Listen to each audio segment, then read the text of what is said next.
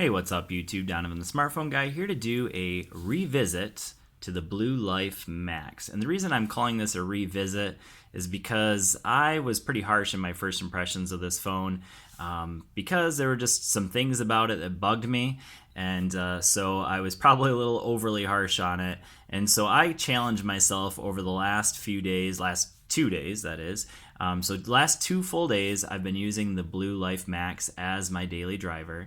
Just to see if someone like me who's reviews a lot of different phones, if I could use it as my daily driver, and whether I think other people could use it as their daily driver. So I wanted to give it a try, and so here's my thoughts after that 2-day challenge. So as you can see right now, it is available on Amazon for $100. I picked it up when it was a Best Buy exclusive for $80, but right now on Best Buy it's $110. So the best place to get it, as far as I know, is on Amazon. So I'll leave a link down in the description, make it easy for you, and you can pick it up there. So $100 on Amazon. You get a lot for that price, but let's talk about it and see whether it's worth it. So real quick, I'm just going to run through the specs. So we got a 5.5-inch HD display that's 720p.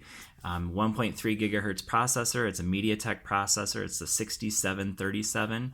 We'll talk about the performance of the phone with that processor. 2 gigs of RAM, 8 megapixel camera on the back, 5 megapixel camera on the front. We got a fingerprint sensor, which that's kind of abnormal for a budget phone. We'll talk about that, and actually we'll just talk about it right now. So you can see that 1, 2, 3.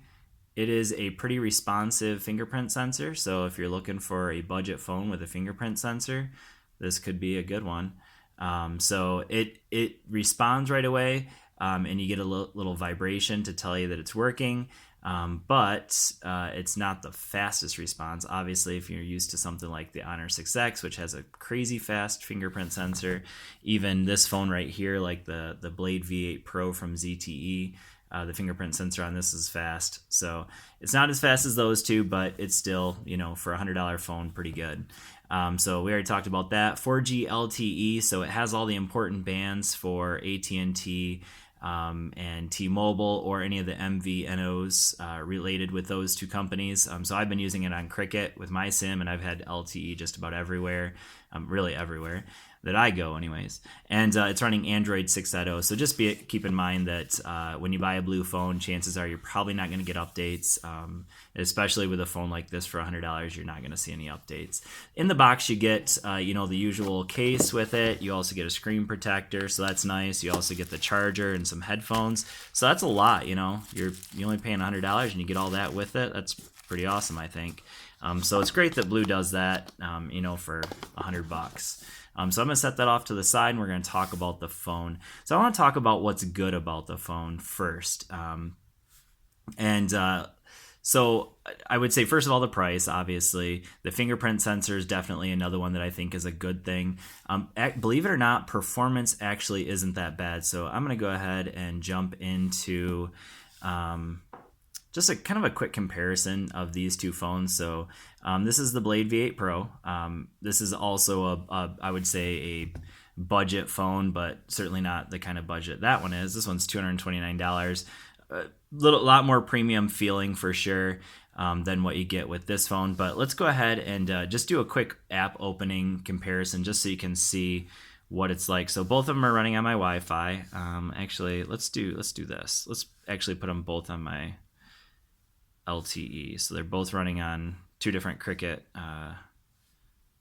cards, but they should be getting the exact same service. So there it is, 4G LTE with Cricket, and there we go, 4G LTE. All right, so they're both running on Cricket service, so they shouldn't be any difference in terms of speed. But let's go ahead and open up. Let's go start with ESPN. So 1, 2, 3.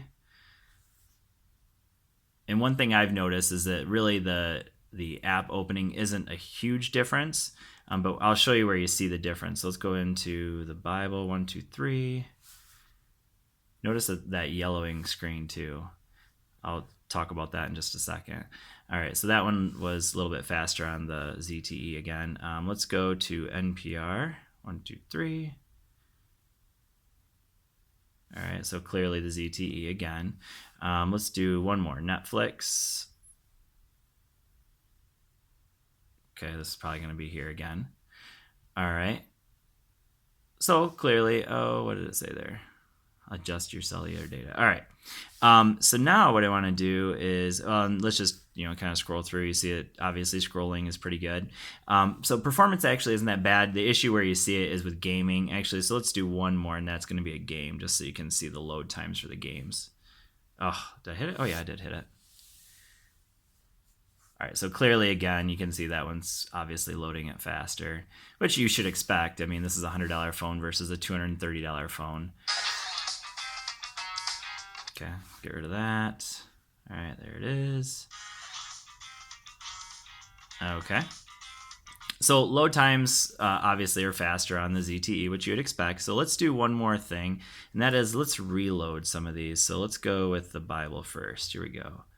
All right, so notice how the RAM kept that right in storage, and that's one thing I noticed is that reopening apps on this is like instant. So let's go ESPN. Notice how it opens right back up to that. So that's one thing I noticed. So while it might not be the fastest at opening up apps initially, the RAM management seems to be really good. Obviously, with only 2 gigs of RAM, you won't be able to keep as many apps in the background, but it's not bad. In terms of gaming performance, games like Hill Climb 2 are about the extent of what you would probably want to do with this. Mortal Kombat or real heavy graphic intensive games probably aren't going to be all that great. But anything like Defender type games, first person shooters, no go. Don't try any games like that. Racing games, probably not. Like Hill Climb Racing is okay just because it's not super graphic intensive, but anything more than that and you're probably going to run into some issues. Now, I didn't mention that I wanted to show you that screen thing. So notice that if you're looking at it directly, the screen doesn't look too bad. The white looks pretty white, but as soon as you tilt it, I don't know if you guys can see that, but it becomes quite like almost brownish or yellowish, but I'm sure you probably saw it when it's laying here. But anyways, yeah, so that's one thing I'll mention about the screen. So the screen is, it's 720p, which isn't too bad. 720p is not bad, but the yellowing as soon as you turn it just a little bit, the different viewing angles, that's the part that it kind of bugged me a little bit. But performance-wise, not too bad. Battery life is definitely a huge thumbs up. So this is a full day of usage, so almost 1 a.m., and I'm at 50% battery. So battery life is definitely a huge plus. Now, in terms of onboard storage, you get 16 gigs of onboard storage, and it is expandable with an SD card. So that SD card can be used as internal storage as well, so you can put apps and you can put all your pictures and videos and everything like that on it. It is also dual SIM, but it is micro SIM. So I had to use a little adapter there for my nano SIM. Here's your micro SD card slot. When I did put a micro SD card slot in it, it did give me the option of using it as internal storage directly. So that's good. So you can put, I think it holds up to a 64 gig memory card. So that's good. So with that total, you're going to get a total of 80 gigs. So not bad at all. Let's see. Is there anything else that we need to talk about? Oh, yeah. We definitely need to talk about the cameras. So cameras, let's just say forget about it. If you're buying this phone and you want great cameras, I would say, definitely look elsewhere. If you're looking for a budget phone with good cameras, don't pick this one. It is fine in low light or in good lighting. It's not too bad. And I would say it's, so there you go. There's a picture in relatively good lighting. But as soon as you get any kind of low lighting, and I'll bring that up here. So we'll go into the gallery. Well, let's go into photos, and any kind of like even remotely low light, it's going to not be nearly as good. So let's turn off. Oh, come on. Done. Just let me look at my photos, darn it. All right, so this is just a couple of pictures I took, but so there you go. This is a relatively low light photo, but it is very grainy, super, super grainy. And that's, compared to the ZTE, I took the exact same photo that looked a whole lot better on the ZTE. So that it's not a low light picture, but it's definitely not a good lighting picture either. And either way, it just wasn't good. The front facing camera does also have that flash, so if you're in a low light situation with the selfie camera, it's actually not as bad because it does have that front flash and it does take some okay pictures for a 5 megapixel camera and for a phone that only costs $100. So I hope I've covered all of the questions that might need to be answered. Actually, let's listen to the speaker real quick, because I think that's actually something that's not too bad.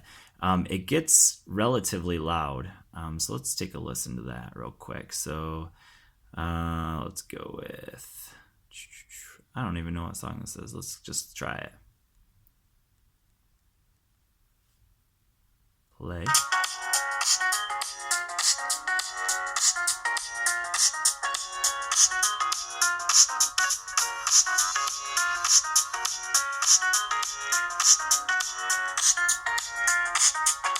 Okay, so the speaker actually gets relatively loud, and this is kind of an interesting thing. So one thing I noticed, I was trying to cover up the two to see where the speaker's coming out of. So you can cover up, so this one's actually the speaker, and you can cover it up, but actually it'll still come out. Like with most phones, if you cover up the speaker, you won't hear anything. But with this one, it actually is it kind of is a rear-facing speaker. So when you cover this up, it still actually comes out, which was kind of weird to me. But I don't know, it is what it is. So we got the microphone up there, the headphone adapter up there. But this is kind of also a weird thing, and that is the fact that it has micro SD up here. So while it does have that large battery, one thing I will mention is that it's definitely not quick charging.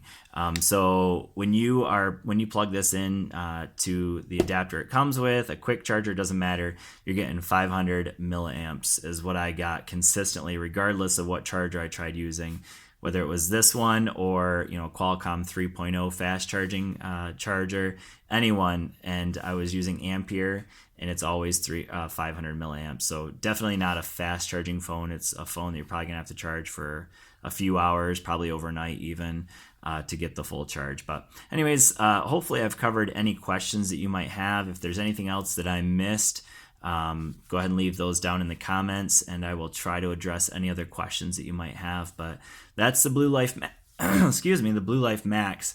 Is it worth $100? Well, I think it is. If you're buying this phone and you're not, a super techie and you like high-end phones, then yeah, it's not bad. If you're buying this for your kid or for maybe somebody who is getting their first smartphone, it's not bad. If you don't need good cameras, like if cameras aren't that important to you and you mostly take good lighting photos anyways, then you're going to be okay with this phone. But are there phones you can definitely step up to, pay just a little bit more, like the ZTE the Blade V8 Pro? You're definitely going to get a whole lot more phone with this, but if you're on a budget for $100, why not? This is a GSM unlocked phone, pretty darn good, and excellent battery life. But anyways, I hope that's helpful for you. Thanks for watching. I will see you all in the next video. Peace.